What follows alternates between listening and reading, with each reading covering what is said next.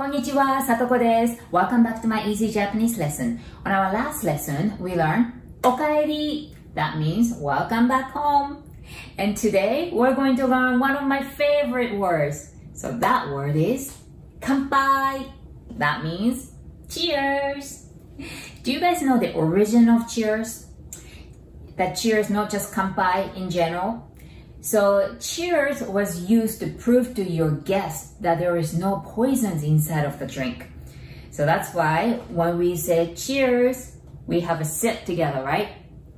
But nowadays, of course, we use cheers or kanpai to celebrate something or celebrate the fact that we're spending time together, enjoying the drinks and meals and all that, right? So kanpai is a Japanese way of saying it. And actually in Chinese, they say ganbei, pretty similar, right? Kanpai and ganbei. And I want to give you a bit of warning to those French speakers. How do you guys say cheers in French? I know you guys would say chin chin. But chin chin in Japanese, we spell a bit different, C-H-I-N. Chin chin in Japanese, well, what it means, I'm gonna come closer. Penis. Did you hear it? Yes, it means penis, but kind of cuter way. So it's like dinky, you know, little dinky, that kind of thing. And so this little boy would use it. And you can also add O in front of chin chin to make it politer. Remember, if you add O in front of a Japanese word, it becomes polite, right? Well, anyway, enough of this chin chin talk here. So let's get back to kanpai. Have you heard of this word, Izakaya? This word is starting to become well known in North America too. But this means casual Japanese bar. And most of the time, it's small, intimate.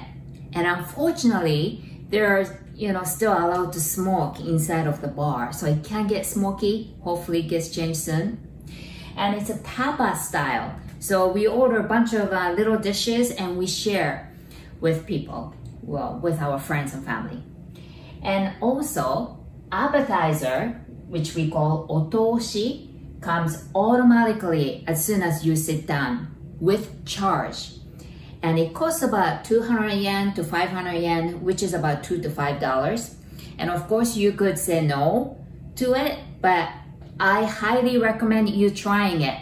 Because sometimes, they give you hibachi, those individual grill, and you get to grill the little fish and stuff when you're on, and it can be fun. And it's different, izakaya to izakaya. So, and plus, and there is no tip system in Japan, so you don't have to tip at all. So considering that, definitely a yes, try it. And now I want to introduce you to some of the popular drinks, alcoholic drinks at Izakaya. And first, of course, you must know this word, beer. We say biru.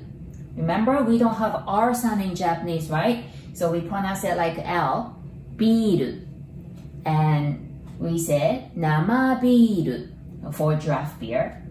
And canned beer, we say kanbiru. So nama biru, nama means raw. And the kanbiru, we pronounce it kan, as in kanpai's kan, not can, okay? Kanbiru. And next, we must try sake when you go to Japan. So sake, we pronounce it sake in Japanese. So sake's ke, as in can's ke, okay, sake. And also, we would say osake as well. Remember, if you add O in front of a Japanese word, it becomes politer, right? Osake. Or we might say nihonshu. Nihon means Japan. Shu means sake. And you might say, well, I thought sake was sake. So this is a Chinese character for sake. And there are two ways of saying it. The first way is sake, and then second way is shu. So sake is a Japanese way, and shu is a Chinese way. In this case, we use shu, nihonshu. That still means sake, okay? And if you like sweet and sour, you might like this sake. It's called umeshu. Ume means plum, and shu is sake, right? Umeshu, that's one of my favorite too. It's, yeah, sweet and sour, sake. And the third one is shochu. So shochu is a Korean sake, soju. And there are 3 different ingredients that can be made from. So rice, potato, wheat. So sake is only made from rice, okay? So shochu, rice, it means, kome means rice, imo means potato, mugi means wheat. So if you want rice soju, you would say kome shochu, potato soju is imo shochu, and wheat soju is mugi shochu, okay? And number 4 is a highball. This came from the word highball. It is a whiskey and sour, okay? And also there is a drink that's a combination of shochu and highball, and we call it chu-hai. So this word came from shochu's chu and highball's hai. So took the middle part, chu-hai. So that's soju and soda. So yeah, those are the popular drinks at Izakaya. But when I go to Izakaya, the very first thing I order is definitely namabiru.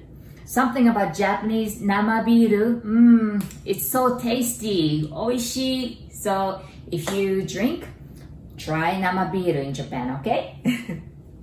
Well, today's lesson was Kanpai.